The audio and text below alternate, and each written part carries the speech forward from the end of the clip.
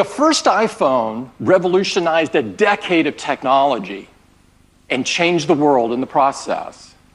Now, 10 years later, it is only fitting that we are here in this place on this day to reveal a product that will set the path for technology for the next decade.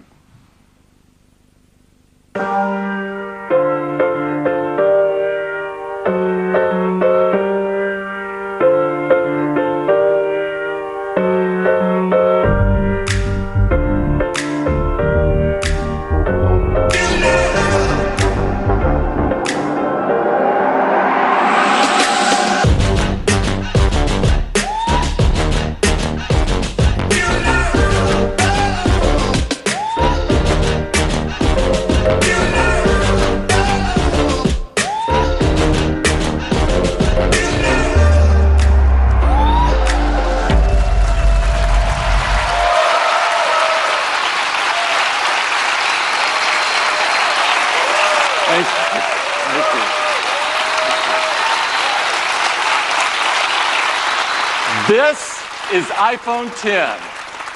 It is the biggest leap forward since the original iPhone. And to tell you all about it, I'd like to invite Phil back up. Phil? Thank you, Tim. I think you can imagine there are a lot of people at Apple that didn't get much sleep last night preparing for this. This is so exciting. I mean, it is all screen. It is beautiful to look at. It is incredible to hold. The display fits edge to edge, top to bottom. It goes into each corner where it follows the tight curve of the design. It has glass on both the front and the back, using the same super strong formula as iPhone 8. The band is made from a surgical grade stainless steel that's both durable and polishes to a beautiful finish. And look how the glass and the stainless steel form a continuous surface from front to back. There has never been anything like it. It's engineered to be water and dust resistant at a microscopic level. It comes in two beautiful finishes, space gray and silver. Each has an incredible depth and a pearlescence to the color in the glass. iPhone X has an all-new display. It's called the Super Retina display.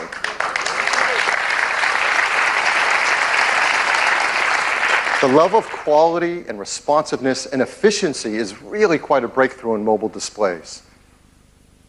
To start with, the Super Retina display is 5.8 inches on the diagonal. It's got 2436 by 1125 resolution. That's over 2.7 million pixels. It has 458 pixels per inch. Now, this is the highest resolution and pixel density ever in an iPhone. I mean, it's remarkable how this larger display can be packed into a phone that fits so comfortably in our hands. The Super Retina display uses OLED technology. This is the first OLED display great enough to be in an iPhone. Traditional OLED displays have had great benefits, like high contrast and resolution, and no backlight means you can make them thinner. But they came with trade-offs in brightness and rich colors and color accuracy, at least compared to our Retina displays. But the Super Retina display overcomes all of these deficiencies and lives up to all that we expect from an iPhone display. In addition, the new Super Retina display supports HDR in both the Dolby Vision and HDR10 formats. It has an incredible 1,000,000 to 1 contrast ratio. It has the best color accuracy. It integrates our unique 3D touch technology right into the display. And like iPhone 8, it includes True Tone. Now, all this innovative Super Retina display technology is great, but it's the point of it that matters. And the point of it is to enable an entirely new experience that's more fluid, more intuitive. So let's start with the simplest thing. How do you wake up your iPhone X? Well, certainly you can raise to wake just like before, but now you can also just tap on the screen and it wakes up.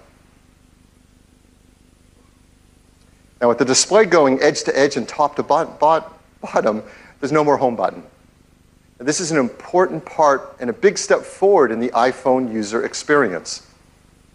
Something we use hundreds of times a day for so many tasks is an opportunity to rethink how iPhone should work and how we can make it better.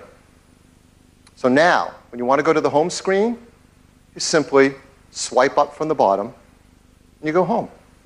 It's that simple. It's that easy. It's incredibly smooth. And once you do it for the first time, you'll know there's never been a better way. And it works the same way across the system. If you're running an app like Mail and you want to go home, what do? You simply swipe up from the bottom and you go home. It's that easy and that intuitive. It's so much nicer. Now, the same fluid gesture also works for multitasking. So if you're in an app and you want to multitask, you just swipe up from the bottom, you pause for a split second, and you're in multitasking. And then you can tap on any app and jump right to it. We also use the home button for Siri. So how are we going to do that now? Well, of course, you can just speak to your phone as before and say, "Hey, Siri." No, I didn't set anyone's phones off. Or you can now press the side button in, which has been made larger. And once you press it in, you can just talk to Siri. I know what you're thinking about. Well, what about unlocking? How do you unlock your phone with iPhone 10? I mean, this has been a very important part of the iPhone user experience from the very beginning. The first iPhone, we led the way with multi-touch, and we created Slide to Unlock. And this protected the iPhone from turning on when you didn't want it to, like in your pocket. Starting with iPhone 5S, we invented Touch ID. We made it fast and easy to protect all your data and unlock your phone with just your fingerprint. And Touch ID became the gold standard in consumer device biometric protection. But we know we can do something that's better. With iPhone 10, your iPhone is locked until you look at it and it recognizes you. Nothing has ever been simpler, more natural, and effortless. We call this Face ID.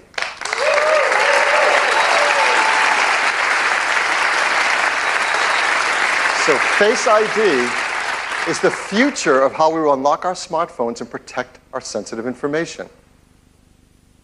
To make Face ID possible, it took some of the most advanced technology we have ever created.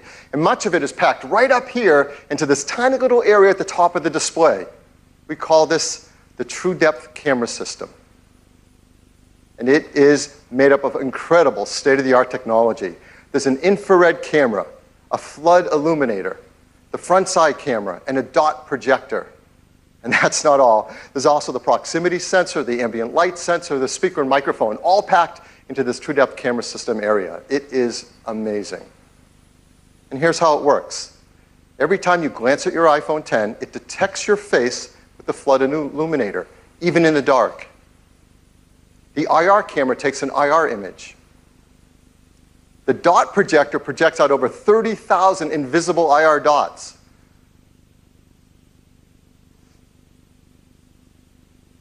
We use the IR image and the dot pattern, and we push them through neural networks to create a mathematical model of your face.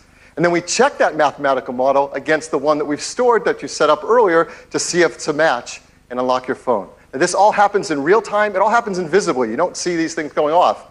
It's incredible. It just all works and all happens. To create Face ID, we worked with thousands of people around the world, and the team took over 1 billion images. And with that, they developed multiple neural networks to create Face ID. And to process the machine learning in Face ID's neural networks, we built Apple's first ever neural engine. Yeah, this is a big deal. In our pockets, in our phones, is an A11 Bionic chip with a built-in neural engine to process face recognition.